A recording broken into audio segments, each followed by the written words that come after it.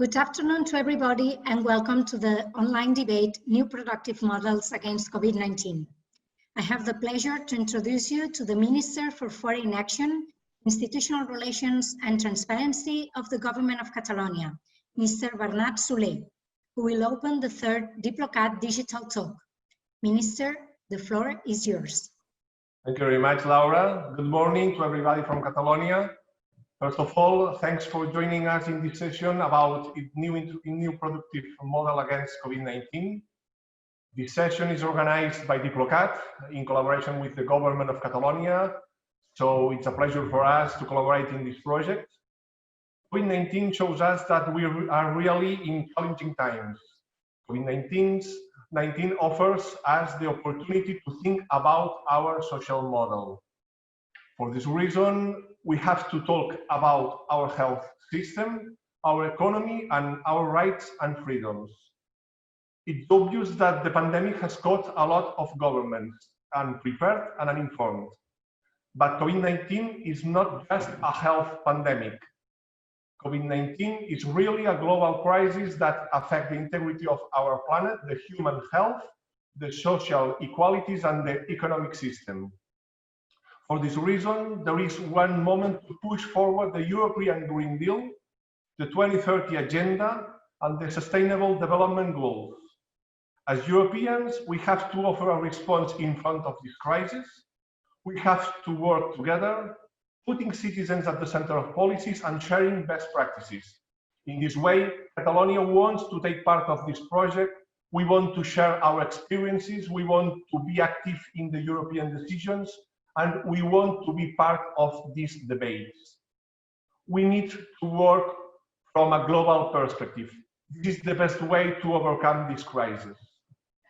Thanks for all again. And now I would like to give the floor to Mrs. Laura Forasté, Secretary General of the Public Diplomacy Council of Catalonia. Have a good session, and Laura, the floor is yours. Thank you, Minister. As I said, this is the third event of the Diplocat Digital Talk series that will analyze the world after COVID-19. We are excited to organize this talk in collaboration with the Ministry of the Vice Presidency and of the Economy and Finance of the Government of Catalonia, as well as with the Ministry of Foreign Action, Institutional Relations and Transparency. Special thanks to the team of the Director General of European and Mediterranean Affairs and to the delegation of the Catalan government to the Nordic countries. This event would not have been possible without their help and engagement. As you might know, at Diplocat, we specialize in public diplomacy. We build bridges between Catalonia and the rest of the world. We facilitate exchange of people, ideas, and projects. We do it with public diplomacy tools such as international debates like these ones. The aim is, above all, to share knowledge and exchange good practices among international actors on the strategies to follow in the immediate future. An immediate future monopolized by the COVID-19 pandemic, in which the decisions made at sub-state level will certainly have an impact in our daily lives. And indeed, some decisions have already been taken at this level in these last months.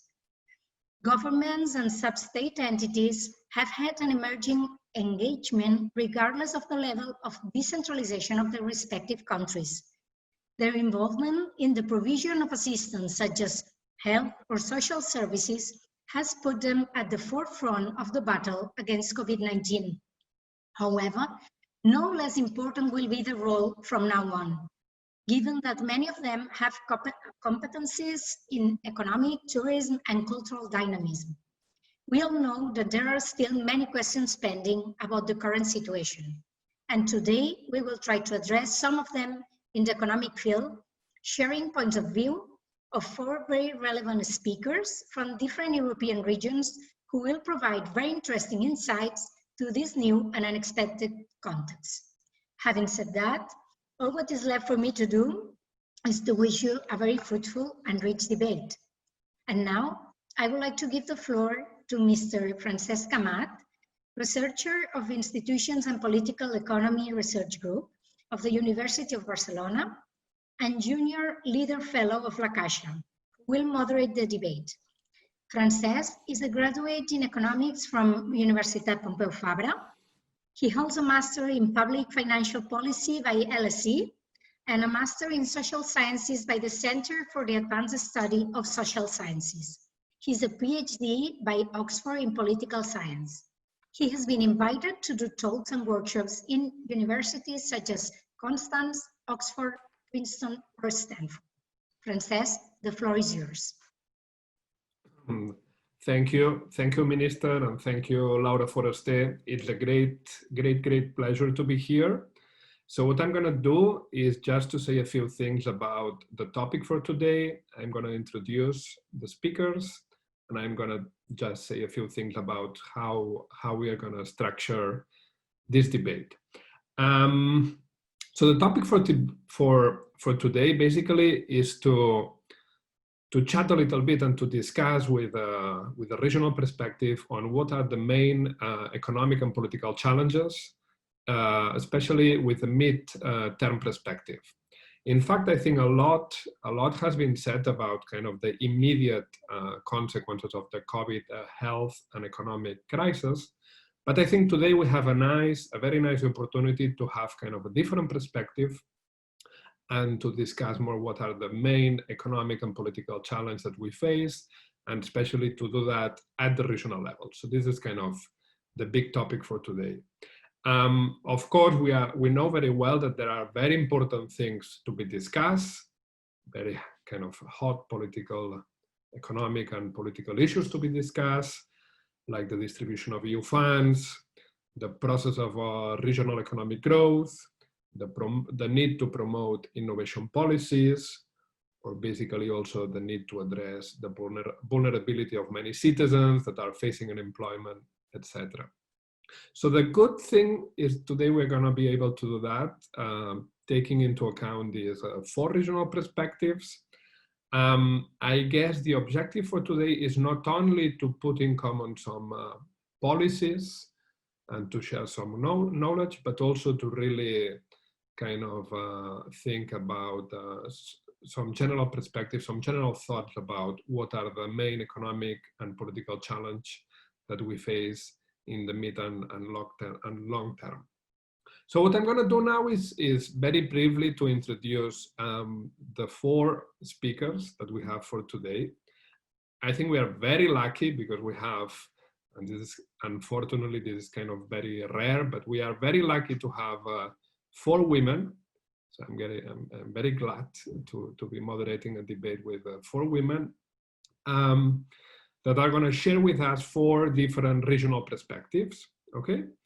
On top of that, the really nice thing is that we have regional representatives from very different regions. Okay, so we have the North Europe and the South Europe being represented, because we're going to have representatives from Sweden, from Germany, from France, from Catalonia.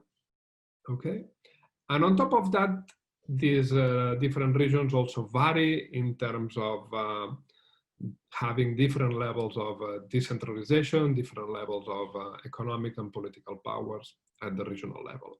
So let me introduce the speakers that we have today. So first we have from Baden-Württemberg, Karin Scheiffele. She is the Director for International Affairs in the Baden-Württemberg government. Then secondly, we are going to have Agnès Rampal. Agnès is a regional councillor at the Region Sud, Provence-Alpes-Côte d'Azur. So welcome, Agnès, to the debate. And then we also have Elena Holmberg. Elena Holmberg is from Sweden, from the region of Västra Götaland. And Elena is the Vice President of the Commission for Regional Development in the region of Västra Götaland.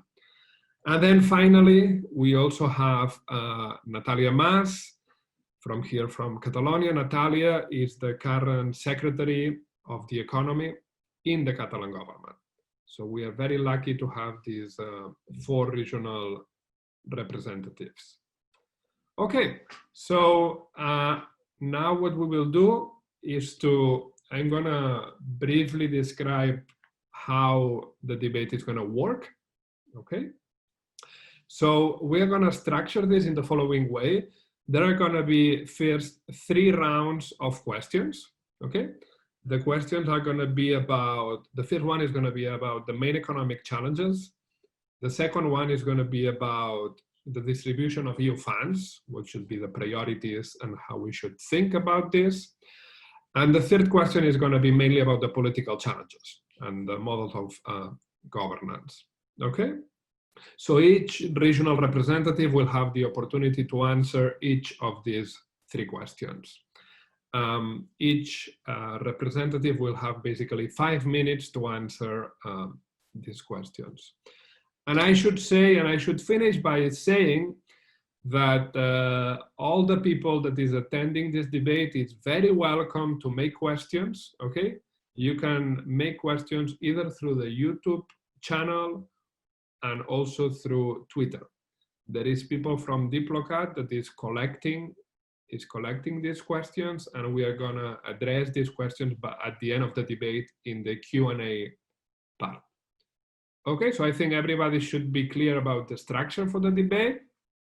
Thank you very much again to everybody and to the 4 representatives for being here with us. So let me start. I'm going to start with the first question. As I said, the first question is basically about the economic challenges, okay? And I'm going to be a little bit provocative here. And the question, I guess, is the following. We know from all the kind of the academic literature that there was already, before the pandemic crisis, there was a trend of, or let's say a situation in which economic geography is very important, okay? It has been documented that regions become increasingly specialized, okay? To the extent that there might be kind of a phenomenon of polarization and segregation of regional economies. Okay, so that was the trend pre-existing before the COVID crisis. Okay, so I guess the interesting questions and maybe what we should kind of reflect on is what's going to happen in the midterm. Thinking about this, and if I do a little bit of a caricature, I think there are basically kind of 2 options, right?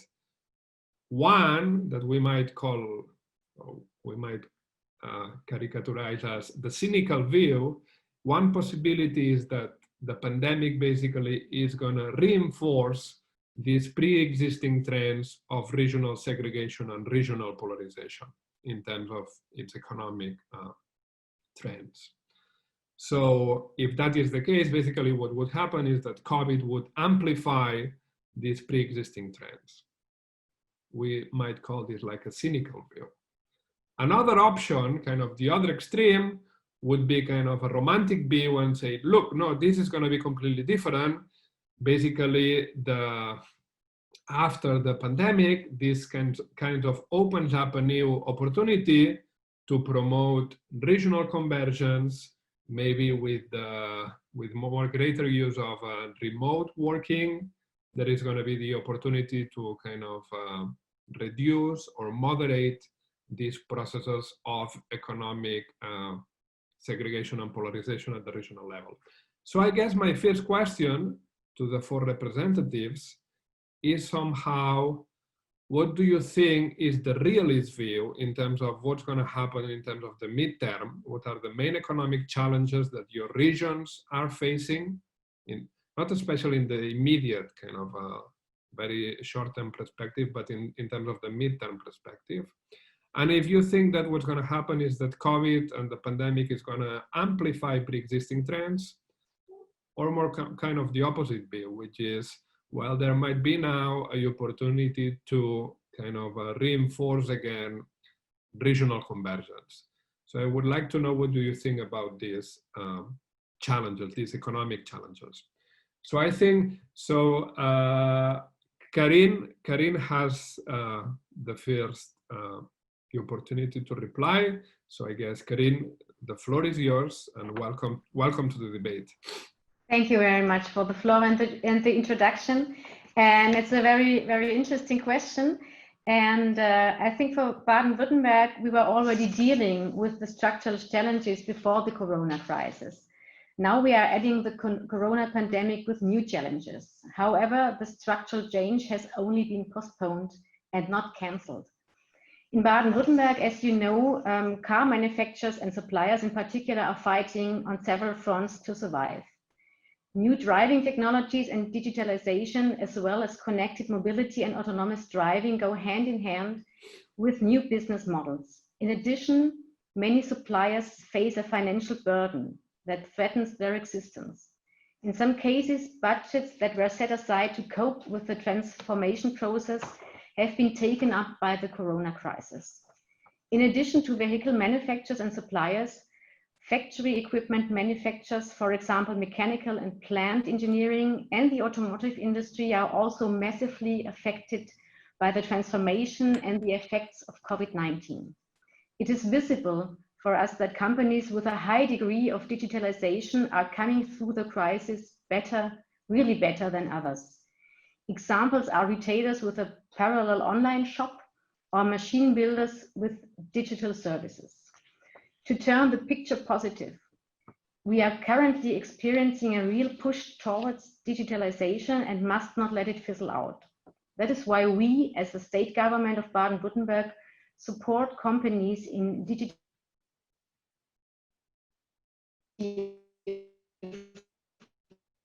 ways. Now, what are the main economic challenges for our region at the moment? The pandemic is global and our economy, therefore, much depends on how quickly the internationally interlinked supply chains are. But it also depends on developments in important markets, stabilization in China, and or mechanical engineering. We now have to set the strategic course so that we can emerge not only stronger from the Corona crisis, but also stronger from structural change. This is why we want to focus in Baden-Württemberg on innovation as a business model for the state government, so to speak. With a strategy dialogue with the automotive industry, the Baden-Württemberg Healthcare Forum or the strategy for artificial intelligence, we are consistently focusing on the business models of the future so that new jobs can be created and our economy is ready for the future. One example, with our so-called, we have an international hotspot for artificial intelligence. Next generation batteries have to be developed and produced in the country and the European Union. Otherwise, large parts of our key industries will depend on China. We are glad to have the establishment of battery cell production with Varta in Elwang, that's in the Middle East of Baden-Württemberg. An important factor for us is also data. Data from our SMEs should be stored on platform in the region or in the European Union so that we do not give away our lead in the B2B sector to Google, Facebook, or Amazon. Therefore, we are flanking the federal government and the European Union with our own data agenda. Strengthening the health vocation is also one of our lessons learned.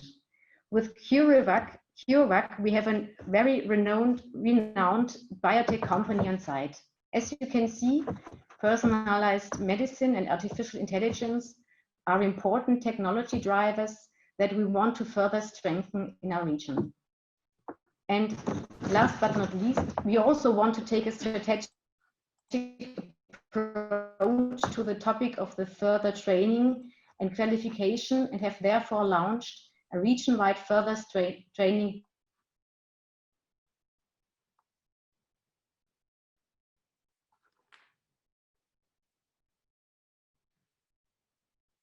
to invest in the people of our region and of the skills. Thank you very much.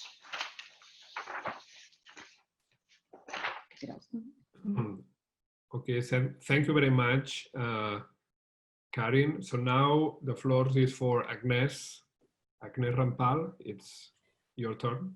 Bonjour et merci de cet échange qui est tout à fait passionnant.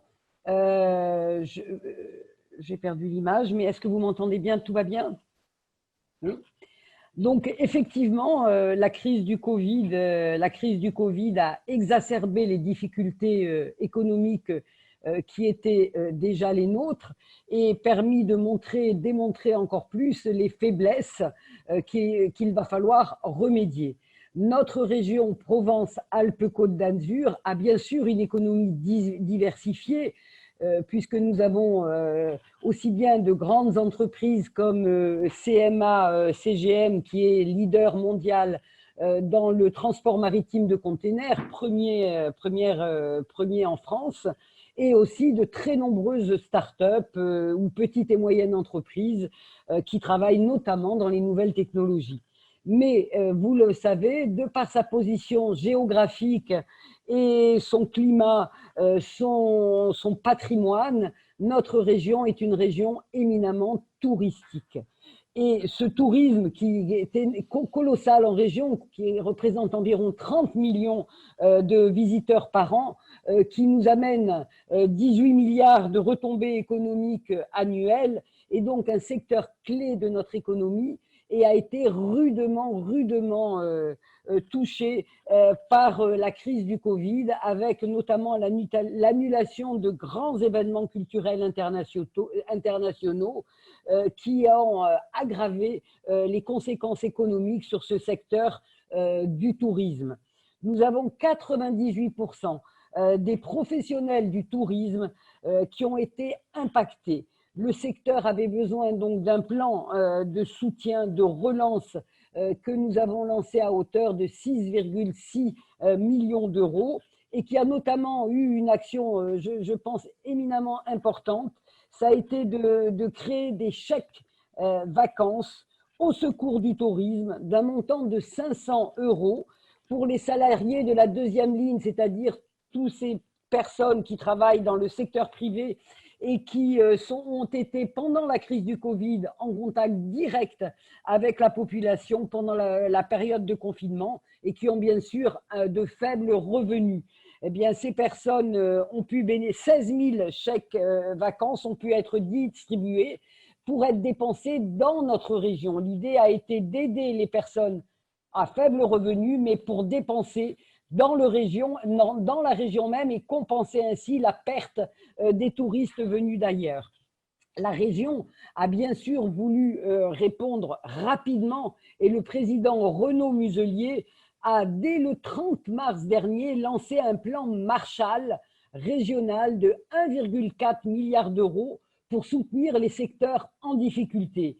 Alors bien sûr, en premier chef, les soignants et les personnels qui se sont retrouvés en première ligne. On a commandé pour eux 10 millions de masques qui sont distribués. Nous leur avons accordé la gratuité des transports régionaux pour qu'ils puissent se rendre à leur travail dans cette terrible période de confinement et une prime exceptionnelle pour les stagiaires paramédicaux, les externes en médecine, toutes ces nombreuses personnes qui nous ont aidés à traverser cette période très difficile pour les hôpitaux. Pour protéger nos entreprises, parce que c'est bien le moyen terme, mais il fallait déjà qu'elles ne s'effondrent pas dans le court terme, à côté des appuis d'État, nous avons consenti des prêts à taux zéro, des garanties bancaires, nous avons maintenu des subventions, des reports d'échéances, qui a permis quand même de sauver 20 000 emplois dans notre région dans cette période de crise. Les régions de France ont aussi bénéficié du plan de relance de l'État. Et vous le savez peut-être, mais Renaud Muselier, qui est notre président de région, est également le président de l'Association des régions de France. À ce titre, il a signé un accord avec l'État qui a débloqué 18 milliards d'euros pour le secteur du tourisme, 1,2 milliard pour les start-up et les entreprises technologiques, 1,3 milliard pour le secteur de la culture. Et dans ce secteur, d'ailleurs, malgré l'annulation de tous les événements, nous avons, nous, Région Provence-Côte d'Azur, maintenu nos 30 millions d'euros de subventions. Voilà, donc nous avons eu, comme vous voyez, une réponse extrêmement forte dans un secteur très difficile et nous n'avons pas oublié, et ça je crois que c'était très important, les étudiants. Le monde étudiant a été profondément touché par la crise. Nous avons d'abord rapatrié tous les étudiants qui se retrouvaient à l'étranger et ils étaient très nombreux en stage dans le monde entier. Mais nous avons surtout apporté une aide alimentaire aux 2000 étudiants en difficulté qui avaient perdu leur petit job et qui ne pouvaient plus s'alimenter, ainsi que des tablettes numériques à tous les élèves des lycées qui n'en étaient pas dotés pour qu'ils puissent continuer à suivre leur enseignement et passer leurs examens, leur bac en fin d'année scolaire. Voilà un petit peu le reflet de ce que nous avons pu faire pour maintenir tous les secteurs et qu'ils ne s'écroulent pas. Je vous remercie. Thank you very much, Agnès. So now, Elena, the floor is yours from Sweden. Thank you so much. Thank you so much for being invited here. It's a fascinating discussion and fascinating topics that you have brought up. And you put the question: is it correct to start with a cynical view or the romantic view of the transformation that we're in? Well, I would argue both, actually. Our regional economy largely relies on knowledge and export-intense industries and a manufacturing structure that is spread across the region. Examples of our largest industries are the automotive industry with the Volvo Group and Volvo Cars, aerospace and chemistry, but also life science, big firm AstraZeneca, which is one of the few firms globally having the capacity to develop and produce a vaccine for COVID-19 right now.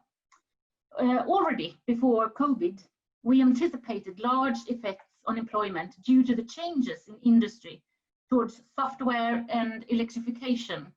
These changes obviously required large competence retraining inside industry and changes in education and research. The shift in technology leads to a shift in manufacturing and value chains. The latter will have a large impact on employment locally. The general pattern is that reduced job opportunity strikes harder in localizations where people have less education and where there are fewer job opportunities. The unexpected effect from COVID is that in several industries, we see an increased speed in technology change rather than the opposite. We anticipated that industries would just focus on capital flow from existing technology. However, industry now is instead moving faster towards smarter and less polluting products. The main challenge for us is that the change in basic technology will lead to even more rapid change in the basic structure of our regional economy. We now need to work together in new ways. European regions do not compete with each other anymore, but our real competition is with Asia and North America. And so far, we are falling behind in several critical technology areas, like batteries, of course, that are, of course, fundamental for the future of the car industry. The European state aid legislation and innovation programs need to acknowledge this. However, the overall take from Västra Götaland post-COVID is this, that the time for a large leap forward towards sustainable industry is now. Okay, thank you very much, Helena. So now the floor is for Natàlia. Natàlia, it's your turn. Yes, hello to everyone. Thank you, Diplocat, for the organization of this talk. It's a pleasure to be here today. I think it's extremely important, extremely valuable and enriching to be able to have this opportunity to share views on how each of us from our governments in various geographies in the EU are responding to this common challenge, to this common shock that is the COVID pandemic, and beyond this also to have the opportunity to share views about the future, about transforming our economies in Europe for the good. With regards to the first question, In my view, the COVID crisis may not actually amplify the economic specialization of the regions, but instead I think it could lead to a reduction in specialization, which means that it could lead to more diversified economies. I think one of the lessons that the crisis is teaching us, has taught us, is that a high degree of dependence on few economic sectors is a risk factor, both for amplifying the impact of the crisis and also to limit the recovery.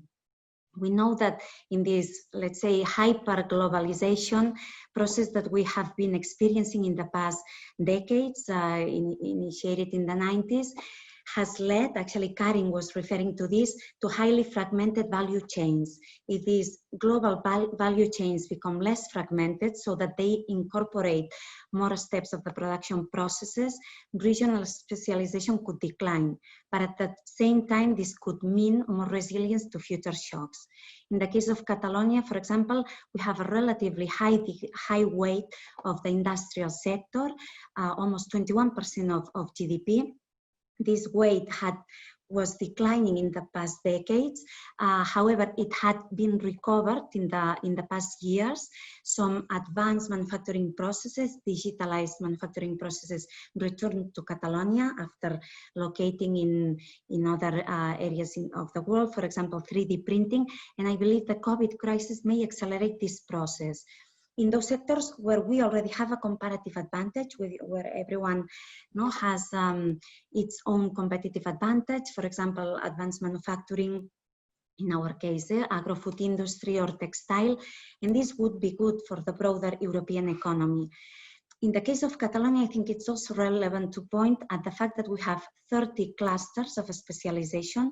And I believe this shows that specialization and at the same time productive diversification can be compatible, and we need to make them compatible. So I think that my message is, and also because let's not forget that one of the lessons also from the 2008 financial crisis is that those regions, those economies that are more globalized, that have a higher weight of tradable sectors, recovered faster from that crisis. So as I was saying, I think the message is comparative and competitive advantages are important, but we need to ensure at the same time that our economies are resilient and do not highly depend on a given sector. And briefly on the challenges, I would outline 8 challenges. Many of those we share and you have pointed them out already. From our side, one challenge, a high proportion of SMEs in our economy. The COVID crisis creates additional difficulties for this type of companies. Challenge 2, a relatively high dependence on tourism. Agnès was also mentioning this. 12% of our GDP depends on tourism, about 500,000 jobs. So this implies a key challenge to divert some of this activity, to support it, and to divert it to other sectors. Challenge 3, disruption in FDI inflows. Catalonia had been receiving very strong FDI inflows in the past years. The Financial Times ranked it as the best region to invest in Southern Europe for the last 3 years. And at the time when global uncertainty increases severely, this will be a challenge to keep productive FDI levels. For challenge digitalization, we need to support these activities, ICT, big data, fintech, that we think will see accelerated growth in the coming years. Another structural challenge, Cesc was pointing this at the beginning, also Karin and Helena, the knowledge transfer and innovation. We have good basic research, we have good basic universities, but we need to make sure that this transfer to the companies and to innovation. The strain on public budgets, challenge 6, not only in terms of the health crisis, amid also aging and the cost of more innovative medical treatments, but also naturally in terms of the need to support the measures for families and firms during the crisis. Challenge 7, Helena was very strong on this also, the need to transform this crisis into a great opportunity to push for ecological transition. And challenge 8, I would say the challenge of education. Our kids, our youth have been out of school for long. Unemployment rates will be rising. Unemployment rate of the youth particularly. So I think promoting youth training and employability must be a top priority. Thank you. Okay, thank you very much, Natàlia Mas. So I'm already seeing that there is an important degree of kind of point in common and shared concerns. So we're gonna have the opportunity to comment on that. So now let's switch to the second question. The second question goes more into, let's call it the implementation side, because it's about basically how we are gonna get the most out of the EU funds, basically. Okay, as all of us we know, there are basically two main dimensions of the EU funds that are important to take into account. The first dimension has been called like kind of the palliative dimension, basically to address the social consequences, the more immediate effects on families and firms. And the second dimension, which is equally important, maybe even more important, is kind of the transformative dimension, which is basically about investing in those projects and sectors to basically do or to foster or to incentivize a transformation of the regional economies and the economy. Okay, so I guess in here I would like to know your thoughts about, well, first how you think about these two dimensions, the palliative dimension and the transformative dimensions. What do you think are the main priorities, the main challenge, how we should prioritize? I know these are tricky questions, but I think at the same time are very relevant political questions, political and economic questions about how we should really think about these two dimensions. And then secondly, I would also like to know your thoughts about, given that today we have this great setup in which we have 4 regional representatives from all over Europe, I think an important element is about ways to cooperate and to coordinate among different European regions to get these investments basically done and implemented. So if you want to say a few things about ways to coordinate and cooperate, that would also be important. Okay, so now I think, Agnès, the floor is yours to answer the second question about your thoughts about the distribution of EU funds. Thanks.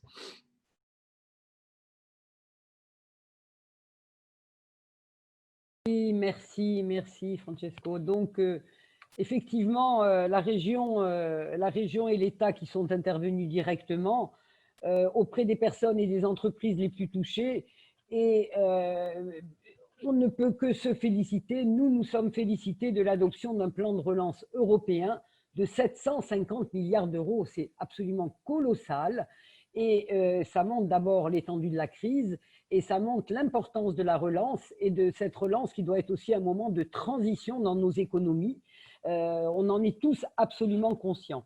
Donc, bien sûr que face à ce plan de relance très élevé, notre région, comme les autres régions qui ont une autorité, une expérience d'autorité de gestion dans les crédits européens, vont tout faire pour que ce plan de relance soit utilisé au mieux. Et à titre personnel pour notre région, nous espérons bien que nous obtiendrons environ 330 millions d'euros de ce plan de relance européen, ce qui n'est pas rien. Et ce qui va nous permettre de, comme vous l'avez dit et comme nous le pensons tous, nous adapter à la nouvelle économie qu'il va falloir mettre en place. D'ores et déjà, nous avons sécurisé 42 millions d'euros de fonds européens, et comme vous le dites très justement, nous avons tiré et nous tirons encore les leçons de cette crise terrible pour modifier notre modèle économique. Alors, en région, nous avons lancé une politique de relocalisation industrielle et surtout, bien sûr, de transition vers une économie plus durable qui est totalement en accord avec le plan que nous avons lancé il y a déjà 3 ans avec Renaud Muselier, une COP d'avance, qui nous permet d'investir dans la transition énergétique, dans l'agriculture durable, dans un accès aux soins facilité à travers un plan d'investissement de plus de 200 millions d'euros. Voilà, donc dans ces 200 millions d'euros, 150 millions d'euros pour les entreprises, dont 30 proviennent de fonds européens, et notamment pour les agriculteurs, un plan de 5 millions d'euros, car nous avons ouvert une plateforme qui permet de mettre en relation les producteurs avec les consommateurs, plateforme qu'on a mis en place avec les chambres d'agriculture, parce que cette action permet et a bien démontré dans cette période de crise où les frontières se sont fermées, à quel point il est important de pouvoir manger local et manger sain. Et donc, ça s'inscrit vraiment dans notre politique régionale de l'agriculture en favorisant les circuits courts et la consommation de produits locaux de qualité. Voilà, j'espère avoir répondu à votre question. Voilà, je pourrais répondre à d'autres questions éventuellement. Merci. Thank you very much. So now I think it's time for Helena. Thank you so much.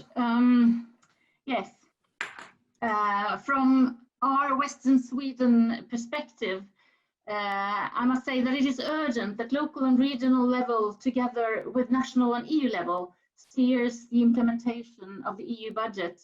The knowledge of regional and local needs is crucial for a successful development where diverse financing from different levels reinforce each other.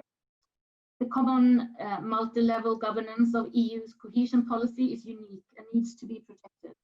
In region Västra Götaland, the use of this structural funds has, among others, strongly contributed to a successful system for promoting innovation, such as investments in incubators, science centers, and industrial development centers.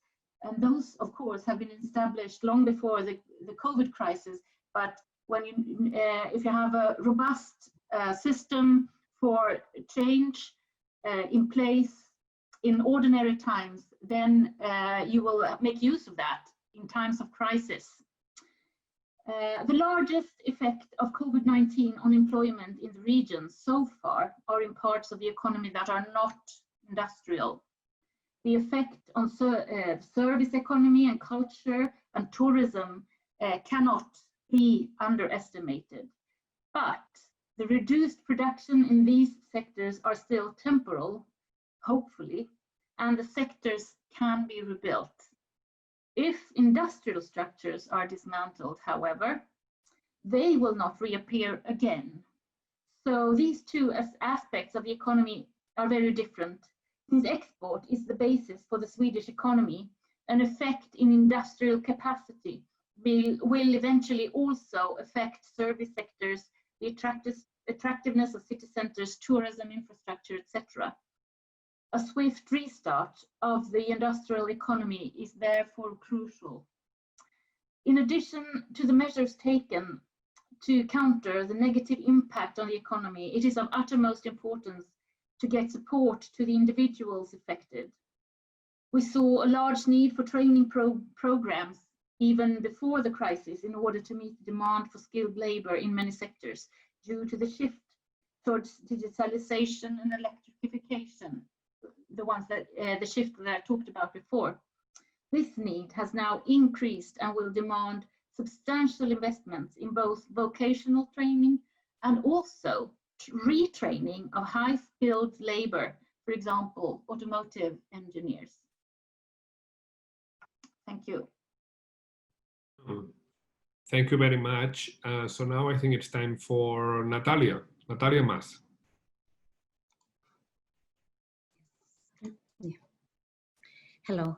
As regards the second question, I think us as public policy makers currently have, many of you have pointed at this also, have a key and complex task at hand, which is to implement urgent palliative measures for the health emergency, and in parallel, as Cesc was also pointing out, to design transformative and structural reforms that look into the future. The first is a priority, but cannot be used as an excuse to postpone the second. Over time, these palliative measures, let's say, and the more transformative measures will overlap in time, but the importance of choosing the right timing, I think, is crucial. The OECD was pointing at this in a recent report, saying what is crucial now is to respond to the emergency, to help the recovery, to save lives, and to transform our economies. So any tax reform, fiscal contraction must be postponed in order not to harm this process. The way that we are operating is through 3 different phases. The first, as I was mentioning, health emergency. We initiate measures to support people and the economy. Second phase, where we are currently now, is until a vaccine is found and fully distributed, or an effective treatment, we need to ensure that coexistence with the COVID is possible, is safe, and is economically viable. And the third phase, and as I say, the timings may overlap in time, but the third one is as the health crisis is controlled, as lockdowns are completely lifted, then the shift to policy supporting the transformation of our economies. And here is where the European recovery funds come in. Then I will mention about the European funds in just a second. Then with regards only to provide a few details that are probably very much in line to the responses of other regions. In terms of health, we focused on, well, installation of field hospitals, health hospitals for professionals, purchase of different protection equipment, respirators, etc. And all this, and linked also to the first answer as regards the challenge, the strain on public finances, we estimate this will have a cost of 2 billion euros of additional health expenditure this year. Now, our health strategy after this emergency response is focused on massive tests and localized screenings. I think we can be cautiously optimistic, although extremely still cautious due to the different data. But now the imminent return to jobs and to schools will create additional challenges and the need to develop new plans and to mobilize new resources.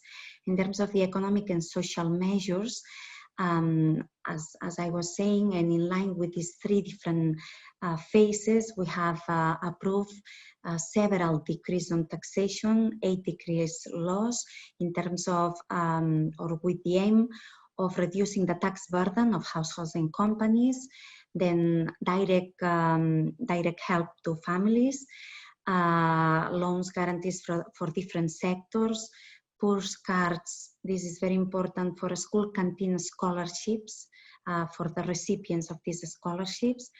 And also, for example, on the educational level, the distribution of 25,000 devices with connectivity to those students that cannot follow the online classes from home. But as I was saying, are the emergency measures, and with regards to the measures to transform the economy, and here the link with the EU funds, which is very good news, is very important. On May, the government of Catalonia announced the creation of a commission that would be in charge of elaborating a plan for economic reactivation and social protection, the so-called CORECO. We have recently published this plan. It sets up 20 major projects, about 150 specific actions, setting out the reconstruction strategy for the coming years. Now, what we are doing with this plan is to see what part of these projects, of these actions, can be financed through our own budget, and which part of those projects, of those actions, we can work on and present for their eligibility for European funds, for the next EU Generation Fund. In here, I think there's a good link then to the question posed, no? What can we do from our regional perspectives for this new phase that opens up to transform the economies? In this way, I think a key way to do that, among many other initiatives, surely that we have been cooperating and that we will need to cooperate, but I think it will be to design and present probably cross-border projects from our respective research centers, universities, companies, to these European funds, because I think that projects with these characteristics, no, with this cross-border characteristic that help also to advance in the common market, will be much more powerful than those projects that are more, let's say, that have a more national scope. So, well, this is one among many of the things that I think we can do and in order to transform the current challenges into important opportunities. I think we are at a historical crossroad in a way, and that cooperation between European regions will have to be key in the coming months and years. Thank you. Thank you very much, Natàlia. So now I think it's time for Karin Scheiffele from Baden-Württemberg to answer this second block. Karin? Yes, thank you very much. I hope the line is now better than before. We try to strengthen the connection. Yes, the compromise of the heads of state and government on the future of the European Union budget, including the Next Generation EU Reconstruction Fund, is an important sign for the European solidarity in action. This enormous emergency of the corona crisis affects us all in Europe equally. No one can solve alone a crisis that does not stop at borders. That is why we need cooperation, a sense of community and solidarity with our European friends. European integration has brought us stability, peace and prosperity. This is particularly evident in Baden-Württemberg. We are at the heart of Europe. Our friendship with France is still alive and very alive. And we are closely intertwined in Europe. The European Union is thus our business model in Baden-Württemberg. Almost 2/3 of our exports go to the European Union internal market. The volume of trade with Italy and Spain is as high as with China, for example. What is the point of us in Europe if we set up large aid programs in Germany, but the other countries don't do so because they lack opportunities? We therefore need a common approach in Europe. We must not leave anyone alone. What is important is that this program is substantial and helps the countries most affected. We will not get around standing up for each other financially. However, overcoming the corona crisis is not the only challenge we face. It is not even the biggest. For although the pandemic is keeping us in suspense, climate change continues unreduced. With the European Green Deal, Commission President Ursula von der Leyen has set the right focus for this. However, this has now also to be consistently implemented in all policy areas, and the German Council Presidency has to press ahead with the issue. More European commitments are needed. If we move forward together as Europeans on climate protection, we can make a real global contribution by showing that economic success and ambitious climate protection not only go together, but belong together. If we show that green technologies are a promise of prosperity, other regions of the world will follow. The green transformation we are currently undergoing worldwide not only concerns green change, but also digital change. If we as Europe do not assert ourselves technologically and economically in global competition, we put our entire economic and social model at risk. Sovereignty today therefore means being at the forefront of future technologies. To achieve this, we in Europe have to pursue joint strategies and projects in artificial intelligence, for zero-emission drives, in hydrogen technology, at the battery memory, in networked and autonomous driving, or in personalized medicine. In order to remain competitive, It is also imperative to have economically and technologically strong regions, such as the four motors for Europe, as locomotives that pull Europe forward. That is why we have to focus on real future issues in the current negotiations on the EU financial framework and the EU Reconstruction Fund, on climate protection, on research and development, and on the transformation and strengthening of our leading industrial regions. Thank you. Thank you. Thank you very much, Karin. So before going into the third block or to the third question, which is going to be about the political issues, let me remember that anyone in the audience is very welcome to send us questions. You can do that through the YouTube channel or through Twitter. And there is going to be people collecting these questions, and later we will have the opportunity to answer to these questions. Okay, and now, finally, let's open the third block of this debate, which is essentially the political block. Politics, of course, are very important in all these debates as well. So here I'm going to also try to be a little bit provocative. So I guess first we should think about, or let me pose like three different sub-questions in terms of the political challenges. The first one, given that here we have different regions with different levels of decentralization of economic and political powers, I would like to know if you have some thought about, or if you consider that there could be a risk of recentralization, if you consider that this is a political risk for your region. Maybe the second sub-question is, I'm a political economist, so you will need to forgive me, but we know that there is kind of an academic literature basically showing that when we have economic stagnation or regional economic stagnation, this can be kind of a dangerous path because it can go hand in hand with kind of the rise of far right-wing political parties, protest voting, etc. So I think it might be good to know a little bit about what are your thoughts on that and how to avoid the risks of economic stagnation and economic vulnerability and the political consequences of this. And then third and more generally on this kind of more of a political block, I guess there is kind of a more general thing, which is to what extent there could be a risk of political disintegration within the EU. We know that the EU, there are still a lot of internal imbalances, structural internal imbalances. So given that we are facing all these challenges, there is some people claiming that we really need to avoid the risk of political disintegration. So you can mainly basically choose among these three different sub-questions about these political challenges that your regions are facing. So, so I think now it's time for, who is the first one in the second block, is Helena from Västra Götaland in Sweden. Helena, you want to start this block? Thanks.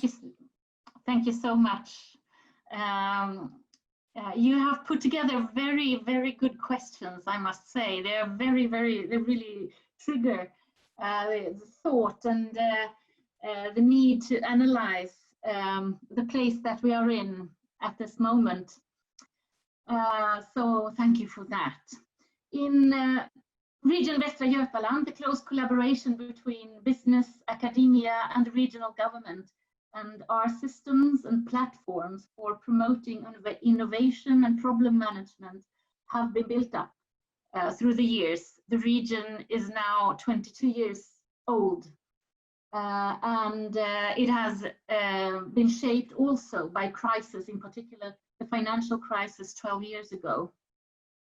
In Sweden, we have seen a constitutional development towards more distinct regional responsibility for matters concerning regional development, competence supply, infrastructure planning, etc. And region Västra Götaland has been a precursor in strengthening the regional structures in Sweden.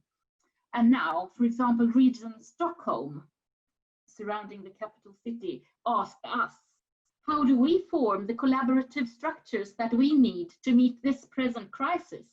And we told them that, well, do it now, because you will benefit from it when the next crisis hits you, whatever that will be.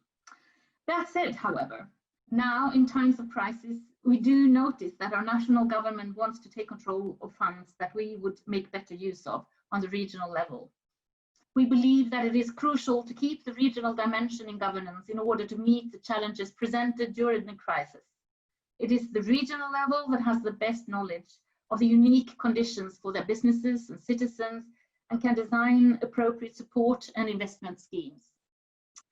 That tug of war hasn't really been resolved yet, but it is important to keep in mind anyway, the overall trend is towards more distinct regional responsibility in Swedish governance, and I think that is definitely for the good. I do believe that the allocation of funds and of effort by the regional level helps our region to outlast this crisis. The challenges that you were talking about in the question, however, they were there, they were real, and even before COVID.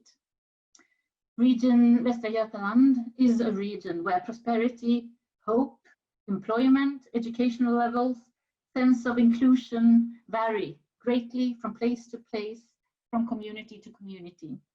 And that constitutes definitely our main political challenge. You will see the difference, for example, in the gender gap when it comes to young people attending university or college.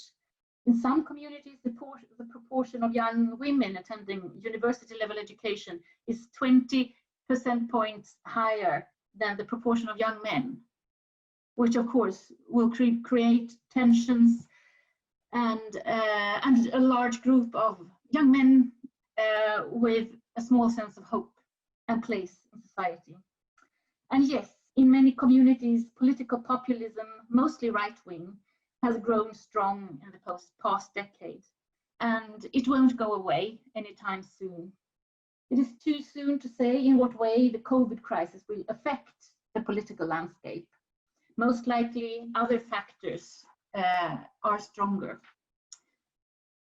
Brexit has, however, cooled down most aspirations for Sweden leaving the EU, for example, and that effect has been tangible. Not even the populists argue for a Swexit anymore.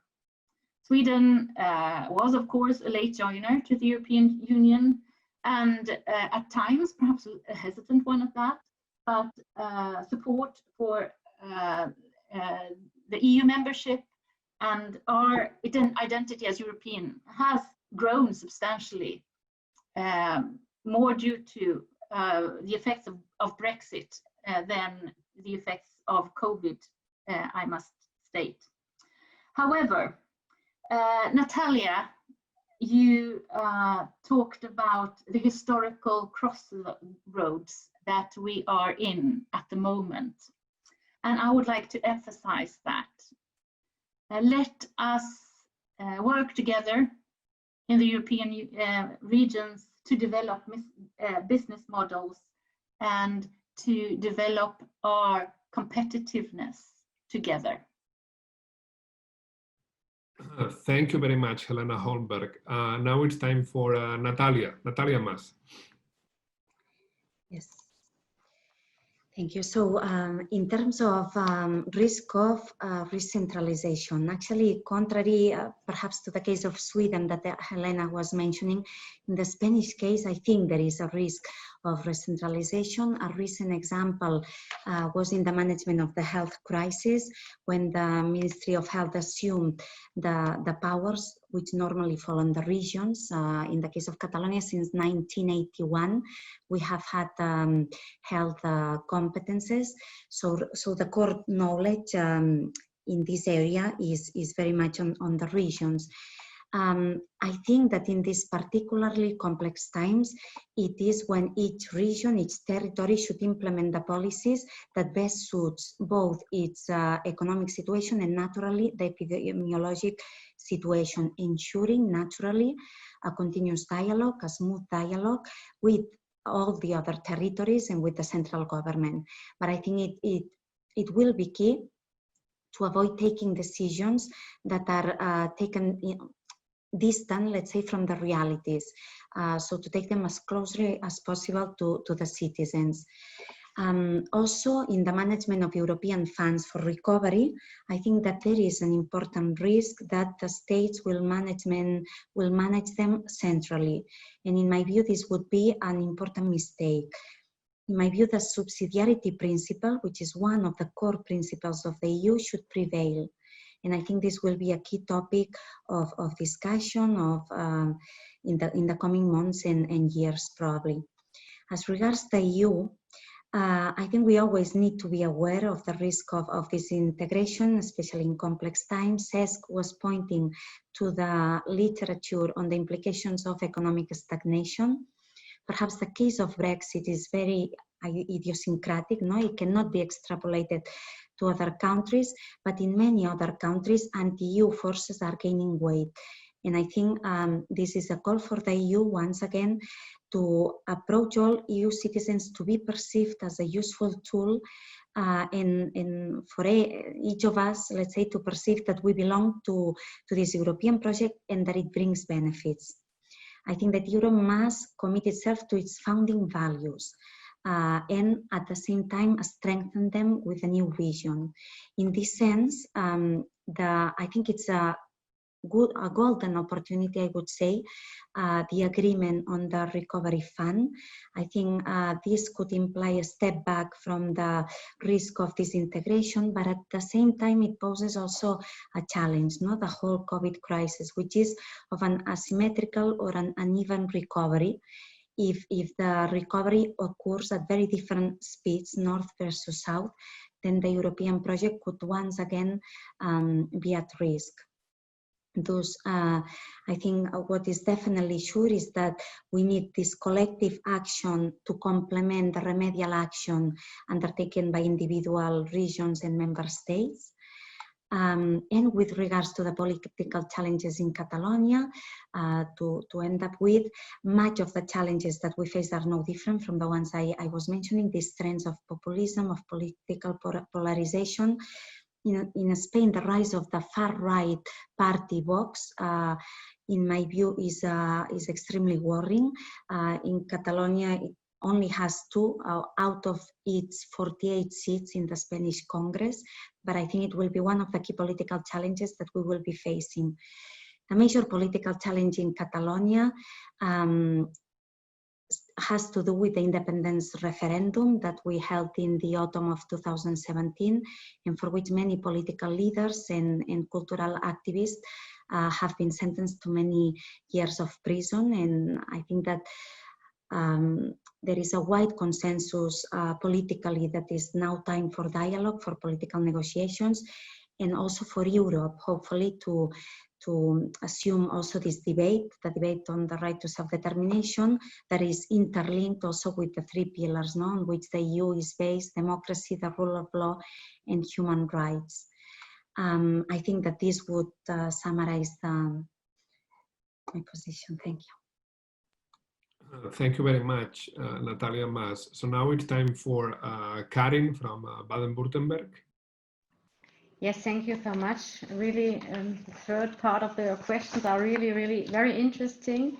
And for the topic of re-centralization and so on, I would argue that in Germany, our federal model has worked extremely well during the crisis, in our opinion, because it allowed each and every region to react with appropriate measures to the COVID crisis.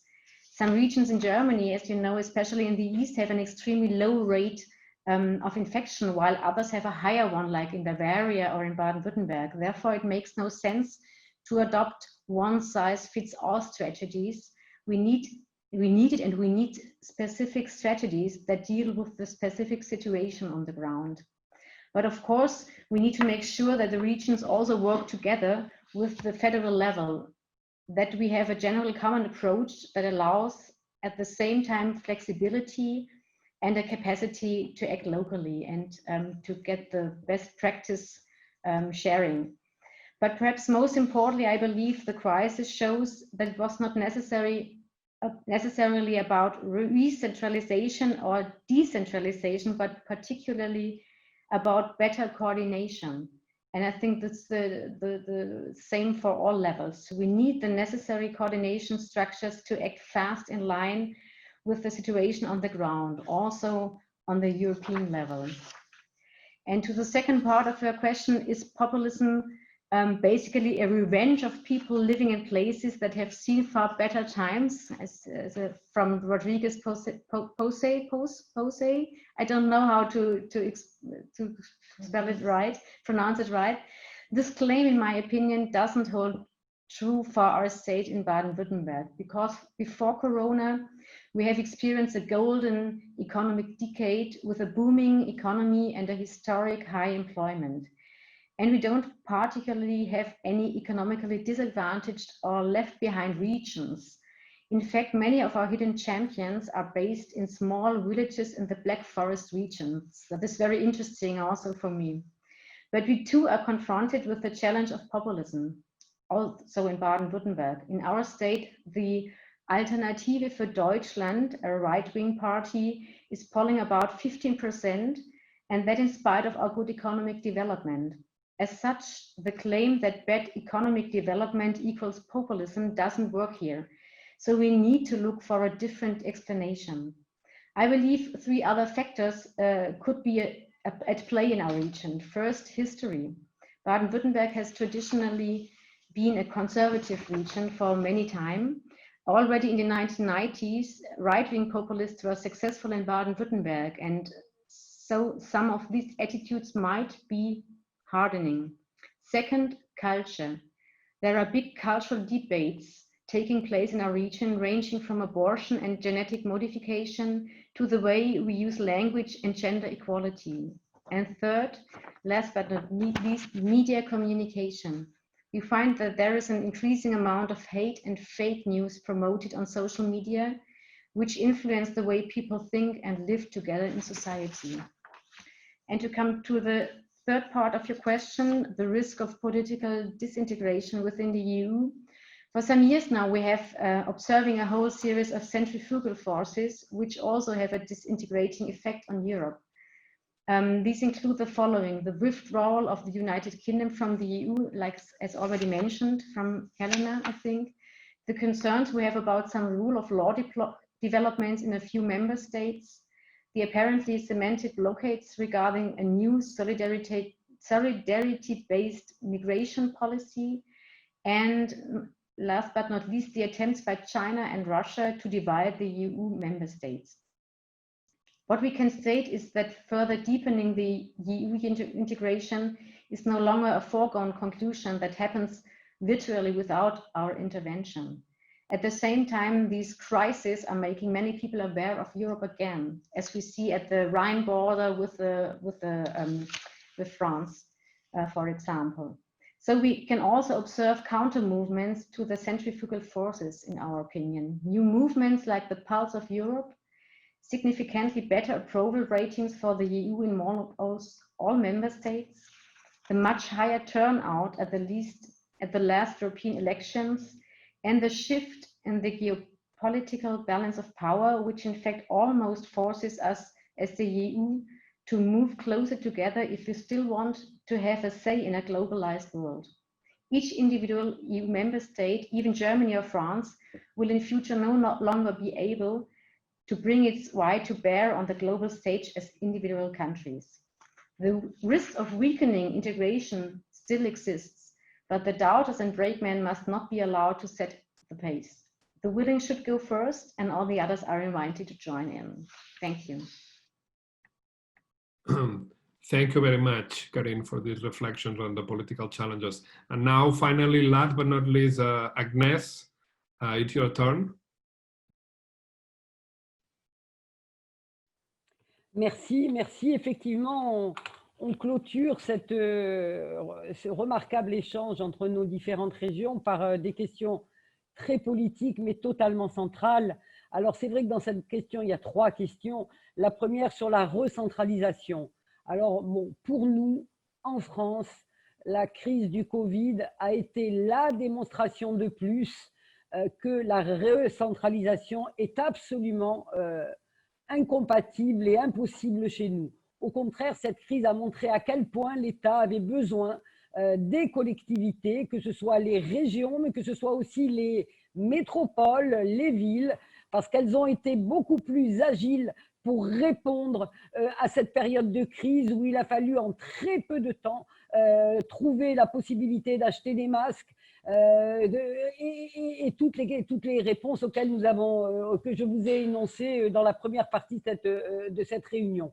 Donc l'État est beaucoup plus lourd à manier et il n'a pas cette agilité, cette flexibilité. Donc aujourd'hui, la recentralisation chez nous en France ne serait vraiment pas comprise par le citoyen qui demande au contraire que plus de décentralisation. Pour la deuxième partie de votre question, qui est une partie qui est fondamentale sur la montée des populismes, oui, je crois qu'il faut être extrêmement vigilant avec cela. Nous, région Provence-Alpes-Côte d'Azur, nous sommes confrontés aujourd'hui dans notre enceinte régionale à la disparition totale de représentants des partis socialistes, des partis écologistes. Nous ne sommes plus que notre parti de droite, républicain, et en face, le parti du Front National. Donc, cette montée du populisme qui se voit toujours dans ces périodes, vous l'avez dit, de crise économique, eh bien aujourd'hui, plus que jamais, est dangereux et nous devons plus que jamais y être très vigilants. C'est bien pour cela que nous souhaitons et que nous voulons, que nous faisons en région beaucoup plus de proximité, que nous n'avons pas de sujet tabou, car cette montée du populisme, c'est aussi la réponse de citoyens qui ont l'impression de ne pas être écoutés. Oui, ils ont l'impression d'être beaucoup moins en sécurité. Oui, la question des migrations, des émigrés est une question terrible. Nous sommes dans une région côtière à la Méditerranée. Le problème des migrants en Méditerranée ne doit pas être méconnu. L'absence de réponse européenne à ce problème pendant des mois a été terrible. Et donc, oui, on doit répondre à cela. On doit écouter le citoyen dans ses peurs et on doit avoir une réponse sensé, pragmatique, efficace. Et à ce moment-là, le citoyen, vous savez, quand il a quelqu'un qui répond à ses angoisses, il ne va pas chercher dans le populisme. Et on s'en rend compte vraiment aujourd'hui, après la crise du Covid, les mairies, les maires qui ont été efficaces, les présidents de région qui ont été à l'écoute et efficaces sont confortés dans leur position. Donc, non, c'est un danger, oui, c'est un danger qu'il faut ne pas méconnaître, mais qu'il faut mesurer, peser et voir ce qui le fait monter et répondre aux angoisses du citoyen. C'est la meilleure solution pour éviter que ce mouvement ne s'amplifie. Enfin, pour la dernière question, cette angoisse de l'éclatement de l'Europe, bien écoutez, c'est vrai qu'on s'est tous posé la question, il y a eu le Brexit, il y a eu maintenant la pandémie, bien sûr que tout ça nous a inquiétés, mais moi je ne crois pas que au moment où l'Europe signe la création d'une dette commune de 750 milliards d'euros, je ne crois pas que l'Europe doute d'elle-même. Je crois qu'au contraire, l'Europe se dit qu'aujourd'hui, elle est un élément fondamental du rebond économique de tous les pays d'Europe et que c'est ensemble que nous gagnerons. Il nous faut peut-être pas plus d'Europe, mais mieux d'Europe. Et je crois que cette démonstration, elle l'a faite face au Covid, en ayant cette réactivité qui a permis de lancer ce plan de relance, qui est quand même, je pense, pour l'avenir, un gage de réussite pour que nos économies ne s'effondrent pas et pour que notre jeunesse puisse, grâce à la transition écologique, à tous ces nouveaux métiers qu'il va falloir aider, soutenir, va pouvoir être à même de faire en sorte que notre Europe, au contraire, perdure et perdure mieux. Voilà, je vous remercie. Thank you very much, Agnès. So now we are almost running out of time, but still we have a little bit of time. So I would like to use this final time to do two things, basically, because I think many interesting things have shown up in the debate, and it's kind of a little bit unfortunate that we will not have more time to debate on that. But let's do two things. One is I want you to provide the opportunity to answer each other if you believe that there were some specifically interesting things that you want to reply to some of your colleagues. And then we have some questions from the audience. It's very unfortunately because we will not be able to answer all the questions, but let me pose at least two questions that we got from the audience.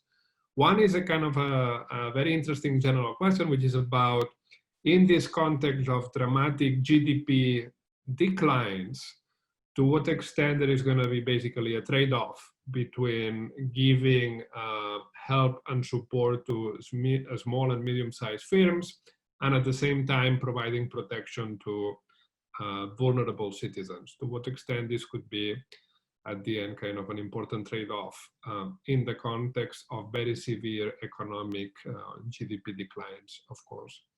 And the second one is more specific. It's about to what extent countries or regions are going to be providing direct benefits or help to relocate manufacturing from China. If do you think that this is kind of an important thing?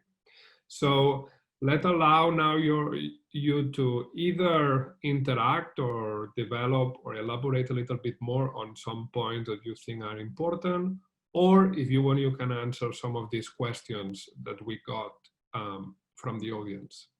So whoever wants to intervene now it's your turn to do your final reflections and thoughts. Thank you.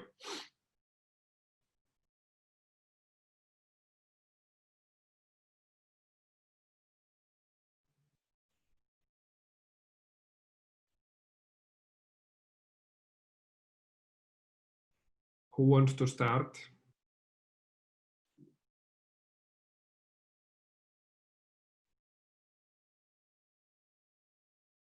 There was this general issue about this potential trade-off between helping families and firms.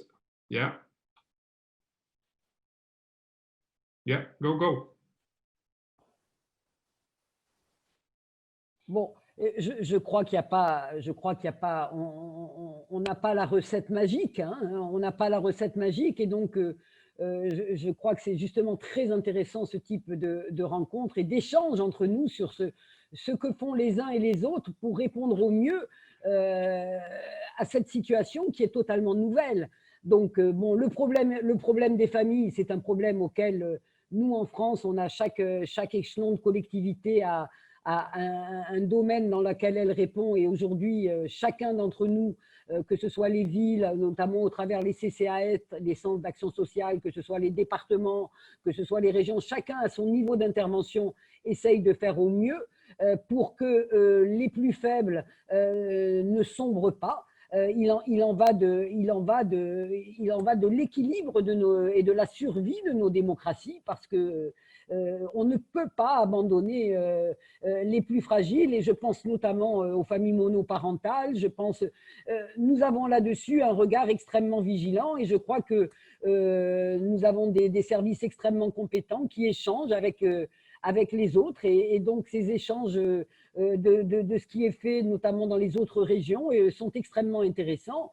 Je crois que nous avons la nécessité de répondre à chaque niveau au mieux, et il n'y a pas de recette secrète, mais il y a de magique, mais il y a un travail de tous les jours à l'écoute de ce qui ne va pas, et en regardant ce qui se fait le mieux, et de coordination entre les différents échelons et avec l'échelon, bien sûr, de l'État. Je ne crois pas qu'il y a vraiment, j'insiste, il n'y a pas de recette magique, mais il y a une volonté d'être aux côtés de nos citoyens qui souffrent et de ne pas les laisser tomber. Et ça, aujourd'hui, je crois que chacun d'entre nous, nous le faisons. Et bien sûr, c'est toujours perfectible et nous ne pensons qu'à une chose, c'est nous améliorer. Voilà, c'est à ce stade, je crois que c'est la seule réponse que je puisse donner, précisément. Thank you very much. Do you want to have more to provide an answer, Natàlia? Yeah. Yeah, in the same line that Agnès was replying, I think strictly there is or there cannot be a trade-off between helping people, saving lives, and supporting the economy. I think we need to learn from the experiences of the 2008 crisis. I think we need to respond. Everyone is responding in this line through expansionary policies. It is the time to do that, and therefore to make compatible the support, compatible the responding of the health emergency, supporting the social needs, and supporting SMEs. We often say that we want an economy based on life. Because an economy focused on the traditional macroeconomic aggregates or measures such as GDP or exports, etc., but does not ensure that economic growth trickles down and actually improves the well-being of citizens, then this is not naturally. I think it's obvious, but sometimes it's not so obvious when the economic political agenda, especially let's say in the past decades, has focused so much on looking at the broad macroeconomic aggregates. So I think we need to do this change of mentality. What is important is the well-being of citizens.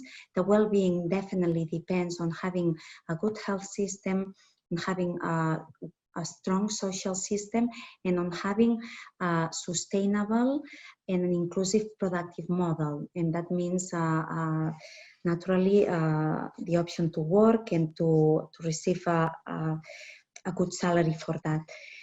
So perhaps it's a bit of a romantic view. No, we were starting this debate with these concepts, but there cannot be this trade-off, and we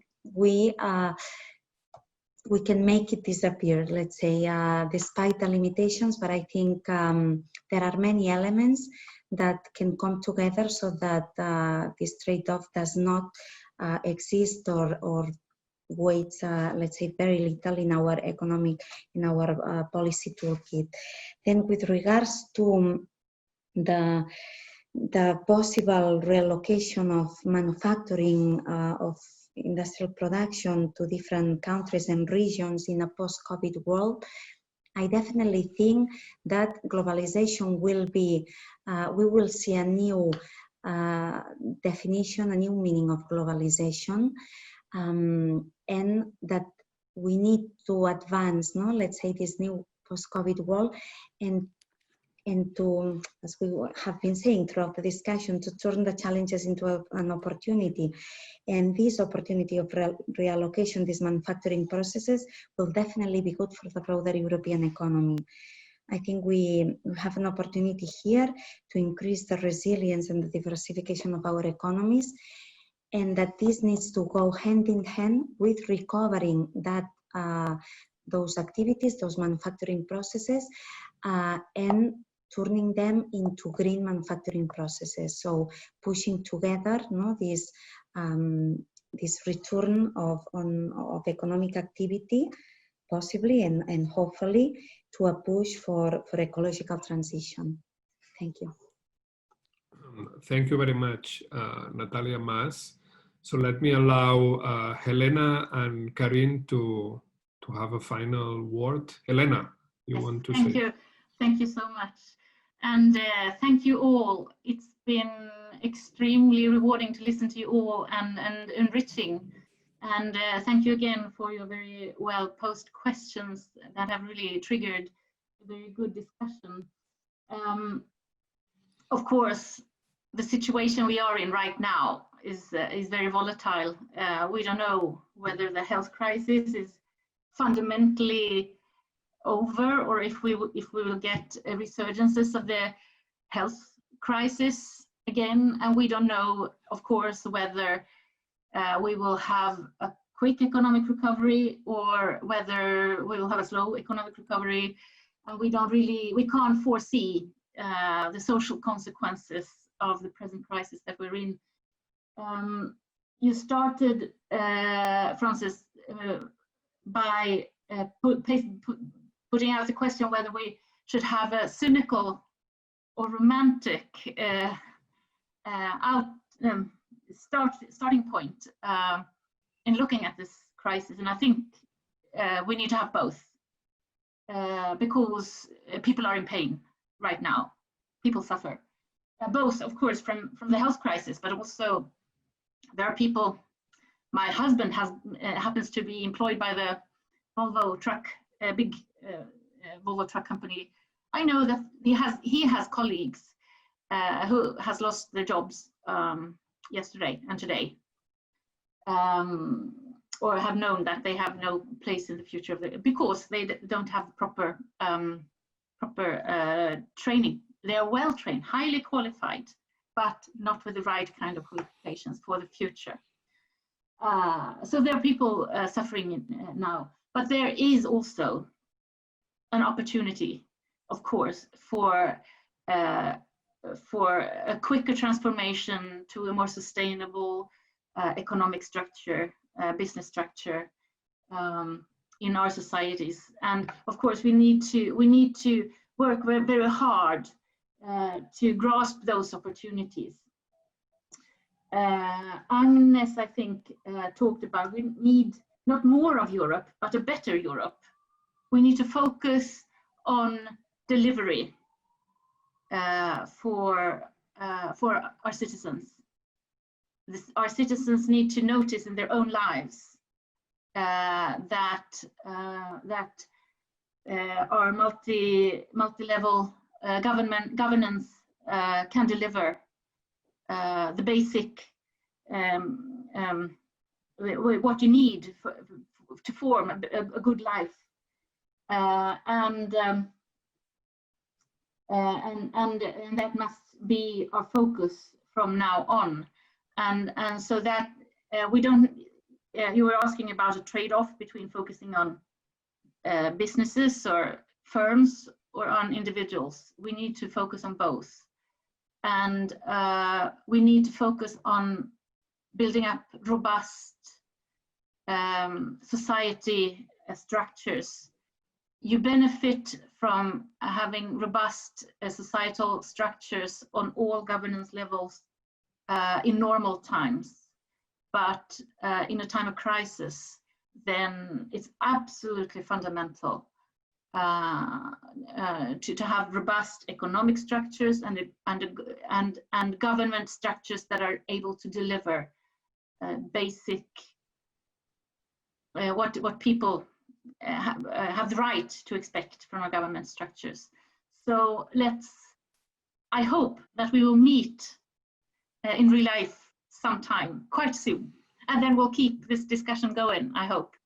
But let's focus on building those robust governmental structures to help people live good lives. Thank you. Thank you very much, Helena. Karin, I don't know if you want to have a final intervention. Yes, please. Thank you, Français. Just 2 points. I think most of has already been said by and I can refer to the speakers before. Perhaps 2 points. 1 point refers to that was Natàlia said the measures have to go hand in hand, measures from the government, funding, etc., support companies. I think it has to go hand in hand, what we do for the economy, what we do for the companies, and what we do for the people and the citizens and so on. If you have a booming economy, you have employment, you have people that have money to go out and have a good life, as Helena said. And that's the 1 point when I reflect what has been said. And the second one, I think one of my lessons learned is in the COVID crisis is coordination. Coordination between regions, coordination between several levels, coordination between member states. I missed the coordination on the EU level. I can say it very, very Frenchly. And I think the most topic for me for the next weeks, months, and years is to strengthen the coordination mechanism on every level between the cross-border regions, like as we made it with the Grand Est between the in March and April, and for the next years, it's very important for the European level, because you mentioned China before, Francis. I think I've already mentioned it. We only can be a robust European Union when we stay together and cooperate good together. Thank you. Well, okay, so thank you very much to all of the interventions. I think it's been a really great debate, or at least I have learned a lot from you, and I hope that the audience that was listening to us has also learned a lot. So with this, we're gonna close the debate. It has been, I think it has been a really great opportunity to put together different regional perspectives on the economic and political challenges that we are facing. So thank you very much to all. Thanks to Diplocat for organizing this digital talk. And I think with this, we're gonna close the debate. Thank you. Thanks.